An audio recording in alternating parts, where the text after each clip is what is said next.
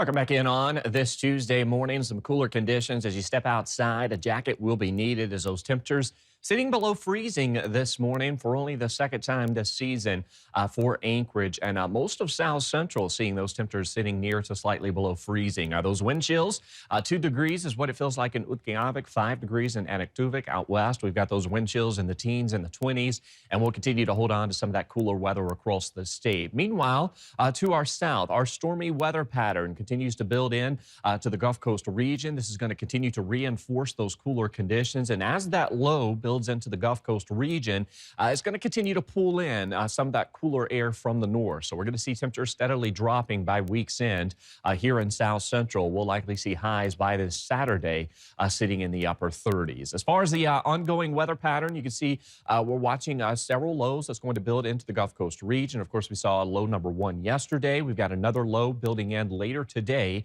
That's going to lead to some increasing rain as well as some high winds out towards southeast. Coastal areas of South Central will see some of that increasing rain, and then another area of low pressure that passes just to the south, but will play off of these systems and continue to pull in more of that moisture from that area of low pressure to the south, and that's going to lead to increasing heavier rain for southeast as we welcome in your Wednesday night into Thursday. So several days of rain expected for the Panhandle. Cooler weather taking hold across the state as temperatures today across South Central managed to climb into the 40s. Of course, the Copper River Basin may see highs today sitting in the 30s. While we're dry today across the interior, we will see some increasing snow as we welcome in your Wednesday and Thursday with temperatures steadily dropping. Today we'll see highs in the 30s, right around that freezing mark. By week's end and into the weekend, we'll see those afternoon highs dropping into the 20s. Heavy rain and high winds to be expected across the Panhandle today.